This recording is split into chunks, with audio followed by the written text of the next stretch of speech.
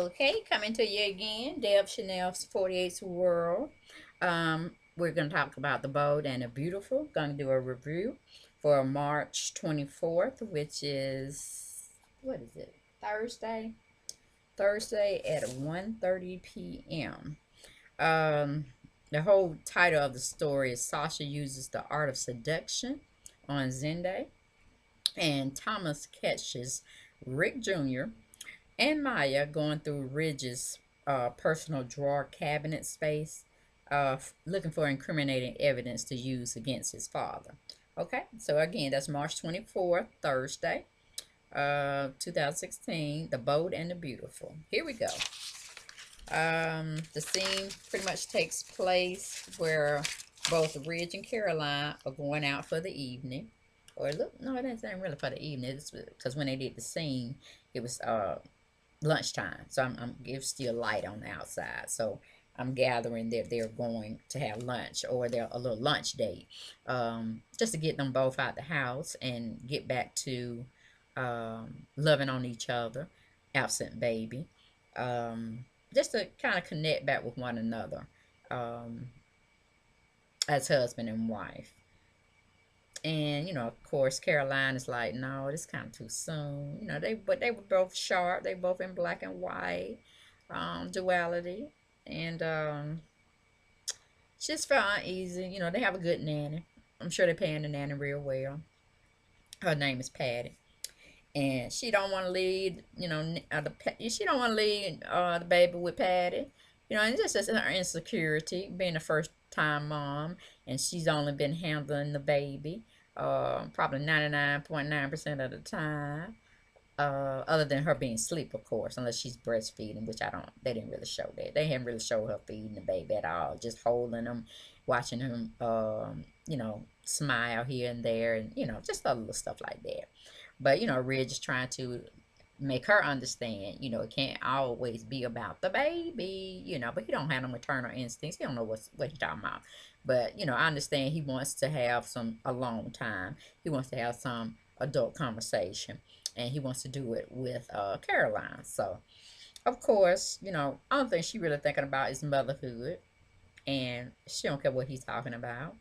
But she half reluctantly go on and submit to going out and having a good time. So that's pretty much what that scene was when they brought the episode on, starting at 1:30. Then we move on from there. We go to Nicole and Julius and her mom, Vivian. They're in one of the offices at Forrester Creation. And basically, Nicole is telling both her parents she has lost Zende to Sasha. And they can't believe it. But then Julius can, because he already had a conversation with Sasha. And he knows the damage she has caused. And he basically, gave his, what do you call it? Gave her some of his peace of mind about the whole issue. And, telling her to, continue to be deceptive. Don't let the cat out of the bag. And, he pretty much promised her that he won't talk against her if he ever got with Nicole and the rest of the family, and they were kind of trying to dog her in a sense. He wouldn't stress you should go and get him back, or he's going to go and talk to you, or everybody gonna just treat her like a pariah in other sense. He's just not gonna get into that. So of course, he just want to keep his secret together. And then, chips are going to fall where they may. Chips fall where they may. Then, basically, Nicole is kind of taken back, while her father's not really taking up for her and seeing things from her side, for him being so loving and caring at one time about her. But, it's not working right now. She's just trying to feel him out. So basically, that scene ends. They go on back to Zende and Sasha, and basically, he just got out of the tub or shower, and he's walking around, trying to dap himself off and dry himself off. And he goes to the door because he hears the doorbell, and lo and behold, who out there? But crazy ass Sasha. She's out there with a bottle of wine or champagne. I don't know what she got in her hands really. But he was like, it looked like he wanted to say, "Why are you here? Why are you here? I didn't summon you to come over, ask you to come over." But she was like, I felt that you needed company, and I was missing you, so I just thought I would drop on by.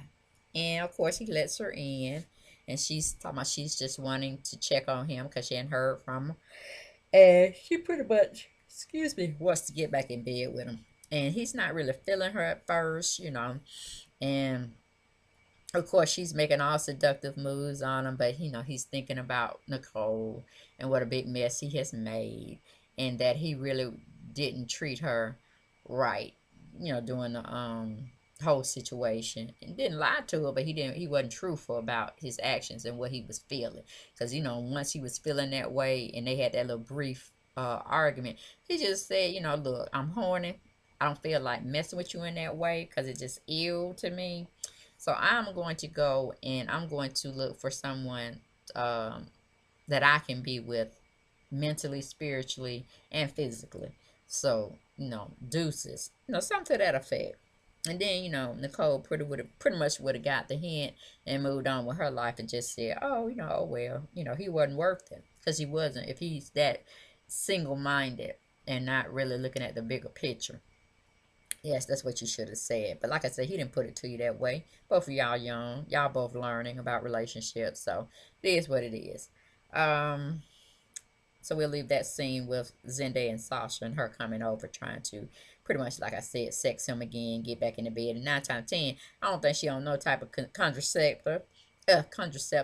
And pretty much, I believe, just give me all my theory, that girl gonna come up pregnant and then he's not gonna know at the time, but because he's gonna really feel like he really did do Nicole wrong and he really do care about her still, and he's gonna probably, after she delivers the baby, he's gonna probably try to get back with her. But the big elephant in the room is gonna be Sasha gonna be pregnant pretty much, and that's gonna be a triangle again. So we move on from there back to Caroline and Ridge. They're still at the bottom of the step, still having conversations about leaving the baby alone for a couple of hours. That's all he asking for, a couple of stolen hours with her, without the baby, without any interruptions, anybody coming in, you know, bothering them. He just want to get back to where it once was. And right now, like I said, Caroline is pretty much in baby land, baby mode, and she ain't really thinking about nothing else. She really ain't. But anyway, he finally gets her out the house. They finally get to the restaurant, and that scene takes, another life of its own. Um, the scene goes to Rick and Maya. Rick is just hell bent on um, catching Ridge doing something underhanded and deceptive where it looks bad on the company. And, he's really just basically just going through his cabinets, drawers, and just looking for incriminating evidence that he can use against Ridge so he can get back in the seat that he's been driving for a pretty long, a long time, since Ridge had spent a lot of time over in Italy in the past episodes. In past, seasons. So that's what he really wants. He wants to get his company back, and he's just hell bent on exposing Ridge so he can basically take him out and not him being a factor anymore, to him getting what is considered his birthright, which is his father's company, and running it and making it be successful, that his dad can definitely, be pleased with him and his authority and leadership with running a company. So we leave that situation, and it's a scene where Thomas walks in, or he comes in thinking his is in the office, or maybe he wanted to use the office for something. But he catches Maya and Rick going through his dad's stuff, and he don't really, have a big stink about it. It's almost like he just want to know what they were doing. And basically, when they go on to tell him what they were looking for, he was just like, really, understanding about it, really, because he knows how bad his daddy can be. He knows his daddy has had some very deceptive ways in the past, and he's tried to manipulate certain situations, and he didn't come um, on Thomas's behalf on a lot of different times he could have. So he kind of, mellows out with them, but he just, really wanted to know. I don't know if he's going to go back and tell his father, but pretty much he just need to fall back on it all because he's going to have his own little grievances and disgruntledness against his dad. So that scene plays down. We move on to Sasha and Zende again. She goes in to kiss Zende, try to put him in a sexual mood. So she's still trying to do her seduction act and trying to get him to sleep with her again. We move off from that hot scene. We go back to Thomas, Rick, and Maya. And Thomas is just asking again, what type of information are you looking for or you think that you would find in my dad's office? And he's just telling him, Rick just telling him point blank and simple, I'm just trying to take your daddy down pretty much again. I'm trying to get my birthright with running this company again. And I want to get your daddy out. I want to get him out of everything. And, Thomas was basically like, I didn't trust him at one point in my life as well. But I don't think it's nothing on my dad. I don't think you're really going to be able to find anything. I really think he has changed for the better. But, if you find anything, okay. But I don't think you will. So, we move on from that scene. We get to Caroline and Rich. They're at the restaurant. They're eating. They're talking about happiness, family, and keeping the secret. And, all of them prospering. All of them being on top. It's just they have to keep that secret. But what Caroline does notice is a gentleman that's at a table at the restaurant on the outside. He's paying too much attention to them, and she knows she don't know him.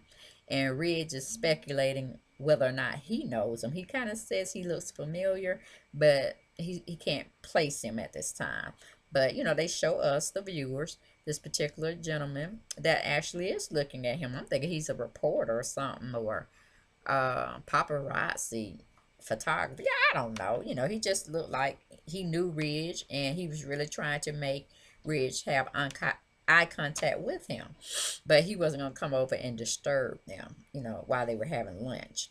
So that's pretty much that scene moves off, and we go to Rick and Pam's fiance, Charlie.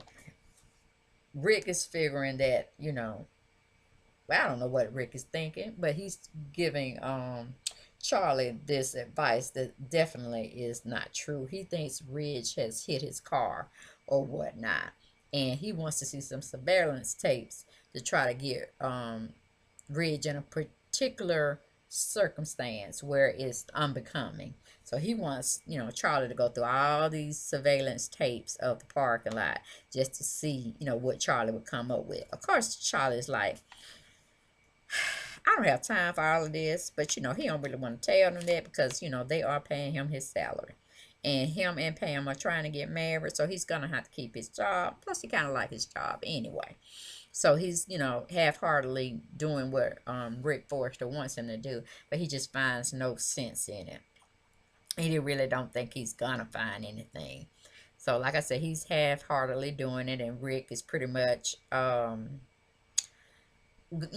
looking over his shoulder, looking at the different tapes that are being displayed at the time. And Rick's he getting on disinterested in what he's asked Charlie to perform for him, but he leaves Charlie. He tells stay on it. Charlie, find me something. I know you're gonna find something.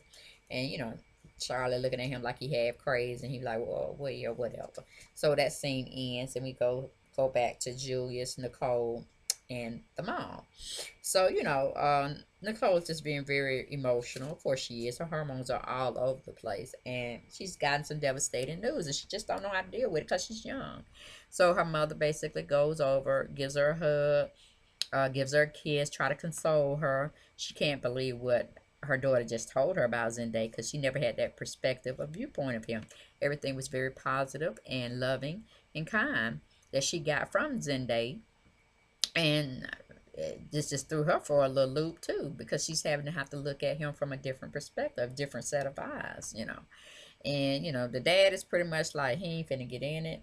He even got stern with talking with Nicole about the situation, because he told her if she goes on and do this for her sister Maya, with which is impregnating herself with her husband's sperm to have a baby for her. Yes, it's a selfless act, but you're endangering your relationship, because it's hard for another man to watch his woman have a baby for somebody else, when of course they're going to wish that person had that baby for them, by it being her first time. So, and we pretty much know why he's giving her that stern talk. But hey, the situation has already happened. That's in the past. This girl is gonna be delivering for her sister in about 3 more months. Let's stay focused and let's stay current. So, Nicole kind of felt some kind of way. She didn't feel like her father was, on her side, and she was questioning his loyalty. And of course, he pretty much softly gave her the blow that he's basically not going to get into it. It's something that her and Sasha would have to work out.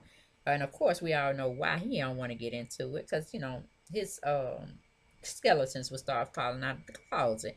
And Vivian, we're going to have to pick him up and beat him over the head with it. So he ain't ready for that. He ain't ready for that yet. So the scene goes off of them, goes back to Sunday and Sasha. She's trying to convince um, Zende that she didn't really come over there to talk. She came over there to bump booties, pretty much. But, he started thinking with, the wrong set of tools, thinking with the downstairs head instead of the top stair head. And so he just gets all into her seductive mood and role she's playing. And again, they go on and sleep together. So, moving from that scene, Charlie still looking at the tape, still trying to find evidence on Ridge that maybe Ridge did hit his car, this, that, and the other. But, he's just going through clip after clip after clip. It's getting very boring for him. So we leave that scene. We go back to Thomas and Maya. They're in the office again. They're talking about baby Douglas. And, Rick is walking around. Well, no, I take that back. It was Thomas and Maya talking about the baby, and how exciting he is, and how much of a joy that their baby that's coming, that they're gonna feel about it. And it's just a feeling that you can't put in words. And Maya was basically like, she can't wait, to that day, and this, that, and the other. And then Rick walks up in the door, and he's just um upset because he couldn't find nothing. Charlie can't find nothing on Ridge, and he got to get something. But Thomas basically tell him, you're wasting your time. You ain't gonna find that on my dad. Da da da da. And I'm kind of worried that he's taking it so well, and why he's not really defending his dad. Where any child would when somebody's trying to bring their parent down. But again, their relationship, Ridge, no, Thomas and Ridge's relationship is kind of, on shaky ground as it is. So I guess he don't want to be bothered. So, but he just really assures that, his father's on the up and up, and he's not going to find any illegal activity that Rick can use against him. And, it's a mute point. So we move on to Caroline and Ridge. She still can't understand why this guy is making eye contact with them so severely. Um, why he can't take his eyes off of them, because I think she's thinking he's a stalker. But Ridge is basically making eye contact at him again, and he's just saying, don't worry about him. He's look like he's looking more at me, but it's still, he's being uneasy with the man looking at him too, because he's thinking he knows the man, but he can't put him into place. But of course, he's trying to eat because they don't bought the food. So they're trying to partake in conversation, partake in food, and then just trying to understand where all this stuff is going with this man looking at them. So that scene goes off, and we go back to Nicole and her parents. She just don't understand why, when Nicole is under the assumption she can't understand why her father's not supporting her more. But as the storyline goes along, she would find out that sooner rather than later. We go back to Zende and Sasha. They're actually, like I said, they had sex. And they just really are talking honestly with one another. And he lets out to Sasha that he did talk with Nicole, because Nicole had not, yeah, he had talked with Nicole about their relationship, but Sasha was just being a little bit more nosy, and she was saying, well, what ideally did you say? She wants it blow by blow from him. And she said, but you don't have to tell him if you don't want to. No, she want to know. And she wants him to tell her. But, he goes on and tell her that, yeah, I told her, how I feel about you, how the relationship really started. And it wasn't something that he was trying to hurt her with, but he was being honest and all this, trying to play that role. But we know he ain't honest. Child. He tell the truth when he need to tell the truth. But, and try to make himself seen in a better light than what it really is seeming. And then he goes on to let it slip out of his mouth, which I think it was the wrong word to use. And I think after he said it and she gravitated towards it in a way that made him look like he definitely said the wrong choice of words. He told Nicole that we had made love. Now, having sex, getting your rocks knocked off. What else y'all say, Sean? But what do y'all say when y'all having sex? Having sex with the guy. Okay, she don't want to get engaged with me. She's scared she might tell her business, right? Yeah, I know it is. But we used to say we had sex with somebody in my day. Now if we felt we was in love, which they call it puppy love, kitty love, when you're in high school or whatever. Or you're in the first stages of your college career, taking off, going to college and stuff, learning academically. uh we generally, unless we're in love with somebody, we feel we're in love with them and we're sharing, the love word between us in our relationship, then okay, yeah, I guess it would be considered making love. But Zende and Sasha hadn't really spent time enough to know anything about each other and have gone through some things with each other of depth. Been through some things where you were there when this person was really down, and you shared some things with them when they were really up. So they really hadn't what do you call it? Forged that type of relationship yet for her or him to even be thinking love terms, because love is a very strong word, but a lot of people use it loosely, or don't clarify what they mean by when they say they love somebody. Because you may love who they are, their essence. That's not the same as saying you're in love with them and you can't be without them. So you ready to make that next, move in the relationship. So it was just like, and feelings are much stronger for that person when you're saying, you may love. It's just, you need to clarify when a person says they love you, or you just need to understand what they're talking about. So y'all all be on one page of the book, one accord on the subject, and it's all solidified. Okay, but he just makes the mistake, I believe, and says, we made love, because now she's like all goo eyed over him, and she can't believe that he used the L word, and that's very significant when you say it to a female, because honey, we take that stuff personally, and we feel we the only one, and every day, all day, but some men use it very loosely, and you really got to get their definition, their understanding of what they're talking about, because again, men are from Mars, women are from Venus, that little book they had back in the day. But I'm sure y'all know who I'm talking about, where I'm going with it. But he made a really big mistake, because now he don't got this girl really thinking that he loved her, but in essence, he might love her attitude, her vivaciousness, her no fear type of personality. But when you say you're in love with somebody, I don't think he's there. But see, now he got to go do some clarifying, because first thing she gonna say to Nicole once they have a bitter argument about Zende, oh well, he told me he loved me, we made love, da da da da, and then but like I said, he put his foot in it. He's gonna have to straighten it out, and we're gonna be right here tuning in to see how he get out of that mess. But basically, they were talking in bed about everything that has transpired between him, Nicole, and her. He's even talked about Nicole's father, about he's a piece of work. And, again, they're trying to be honest and they're trying to form honesty in their relationship. And this was a good time for her to say, I have a secret. I feel I can trust you. Da da da da da. Nicole's father is my father, actually, as well. And just have that conversation.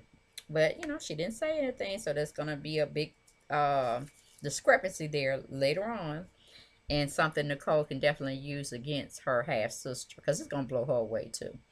But anyway, we move from that scene and we go to Nicole and her having a long time in, I want to say, Rick's office, but they're just showing us a playback in her mind of all the happy times that her and Zende shared together, and I think that's gonna give her more motivation to use and to try to get him back pretty much after the baby's been born, and she can think on all facets of everything and don't have any confusion of where she's going with whichever step she's going to do to get him back.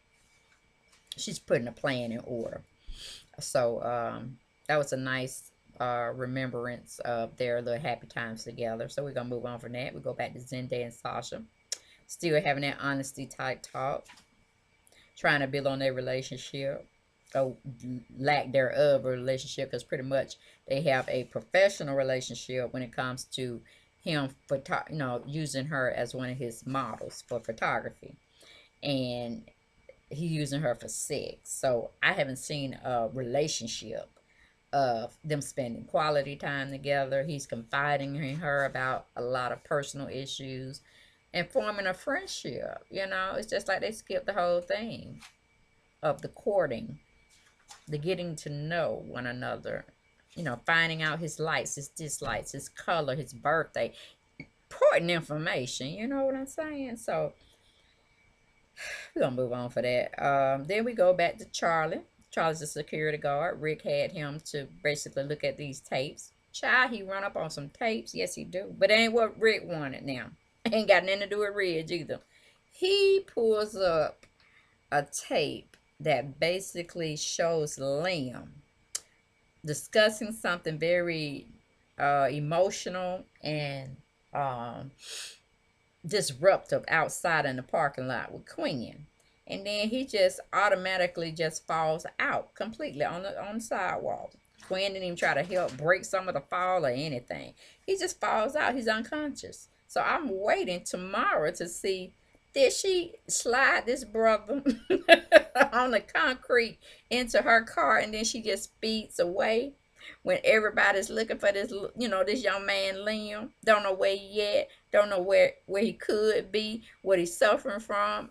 Is he dead? And now security person Charlie has got to be on the case again because he love cracking little mysteries and stuff and getting into the paper of being a good policeman. But again, he's security guard, but I'm sure they're paying him real well to secure the premises and stuff of that nature. So he definitely has some tea that he definitely need to get to the right person. And I'm pretty sure he's going to go straight to Pam. And then Pam's going to start her little 411 information and let all the clan know Liam is definitely alive and well. But we don't know how, well, he's alive. Well, we think so anyway, because he fell out on the concrete. So we don't seen him, put it like that, and he's here in LA because Quinn was the last person that saw him. So of course they are going to drill her to pieces. I can't wait because she's trying to get out of town, child. So they're gonna be on like popcorn tomorrow. I hope the weather permits, because I don't like watching TV when it's thundering and lightning and popping, because the different charges can strike my TV out because it's done it before and messed up my garage. But anyway, that's another story. So we move on from that. We go back to Caroline Ridge, and they're still at the restaurant, but they're ending everything up. And plus, she couldn't do nothing but just eat with the man. She don't eat nothing but salads anyway. And she just like, I got to go. I got to go check on my baby. I've been here too long. And, separation anxiety, But as the baby continues to grow, starts to talk, and she'll be pretty much ready to get rid of him, putting him in some day programs and this, that, and the other. And then she gets back to doing what she does on an everyday basis, which is drawing, designing, and doing all that good stuff. But basically, Ridge kisses her. He said he's gonna pay for the meal. She can go on ahead, and he'll be along shortly, and Dusty and whatever. And then the man finally comes over after he sees Ridge's wife leave. Ridge don't know who this man has come up to him, but it's starting to make sense because he's already clarifying, you know, you probably don't know me because I have a beard now. And he looks shady. I don't know what kind of doctor Ridge was seeing over there in Paris, or whether this particular doctor was here. And he came back and went and saw him because he's trying to reverse his vasectomy, because I think he was trying to have kids with Brooke and stuff.